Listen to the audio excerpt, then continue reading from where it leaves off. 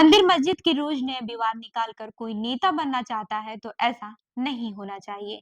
हमें दुनिया को दिखाना है कि हम एक साथ रह सकते हैं। ये बातें राष्ट्रीय स्वयं सेवा संघ के प्रमुख मोहन भागवत ने गुरुवार को पुणे में हिंदू सेवा महोत्सव के उद्घाटन के दौरान कही। इसके अलावा भी भागवत ने कई अहम मुद्दों पर अपनी बातें रखी हैं।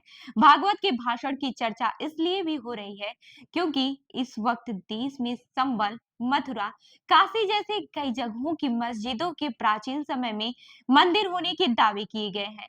इनके सर्वे की मांग हो रही है और कुछ मामले अदालतों में लंबित हैं। भागवत ने कहा, हमारे यहाँ हमारी ही बातें सही, बाकी सब गलत। यह नहीं चलेगा। अलग अलग मुद्दे रहे हैं तब भी हम सब मिलजुल कर रहेंगे। हमारी वजह से दूसरों को तकलीफ न हो, इस बात का भी ख्याल रखेंगे। जितनी श्रद्धा मेरी मेरी खुद की बातों में है, उतनी ही श्रद्धा मेरी दूसरों की बातों में भी रहनी चाहिए।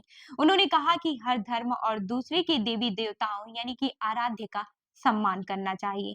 भागवत ने यह भी कहा कि रामकृष्ण मिशन में आज भी 25 दिसंबर मनाते हैं क्योंकि यह हम कर सकते हैं, क्योंकि हम हिंदू हैं और हम दुनिया में सबके साथ मिलजुल कर रह रहे हैं। यह सौहार्द अगर दुनिया को चाहिए तो उन्हें अपने देश में यह मॉडल लाना होगा। वहीं अयोध्या राम मंदिर के मुख्य पुजारी आचार्य सत्येंद्र दास ने मोहन भागवत के बयान पर प्रतिक्रिया दी है।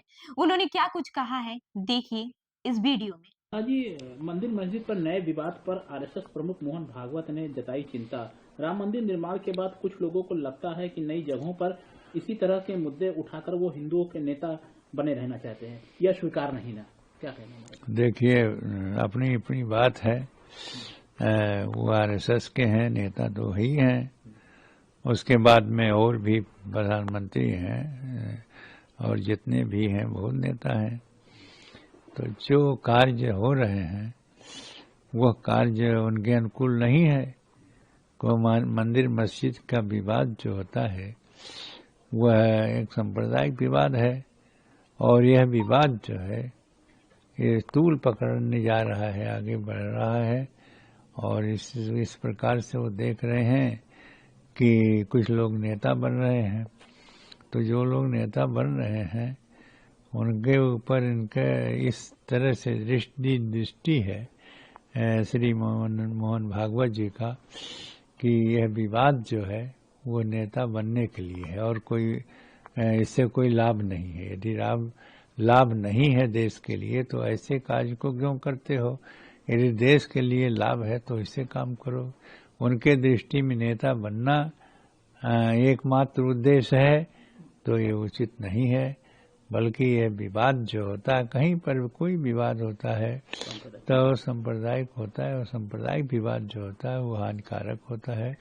इसलिए उनका जो कहना है कि नेता बनने के लिए विवाद शुरू करते हैं तो उचित नहीं है। नेता बनने के लिए विवाद ऐसा न करें जो देश के लिए हानिकारक हो। आपको बता दें कि कांग्रेस सांसद शशि थरूर ने भी भागवत के कहे का हवाला देते हुए सोशल मीडिया प्लेटफॉर्म एक्स पर लिखा है, आरएसएस चीफ मोहन भागवत कहते हैं कि कौन अल्पसंख्यक है और कौन बहुसंख्यक। यहाँ सब बराबर हैं। इस देश की रीति यही रही है कि यहाँ सब अपनी मर्जी से पूजा अर्चना कर सकते हैं। हमें सिर्फ सौहार्द से रहने और कानून का पालन करने की जरूरत है। शशि थरूर ने लिखा कि वह खुद भी इससे बेहतर बयान नहीं कर सकते थे। साथ ही उन्होंने उम्मीद जताई है कि बाकी संघ परिवार भागवत के बयान पर ध्यान देगा। वहीं मोहन भागवत ने आगे क्या कुछ कहा है ये भी बता देते हैं।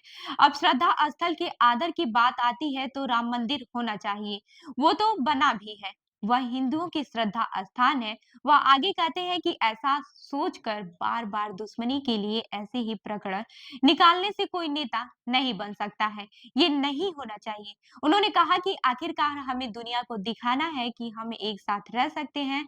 मोहन भागवत ने कहा कि अभी अपना देश संविधान के मुताबिक चलता है। यहाँ पर किसी का राज नहीं चलता।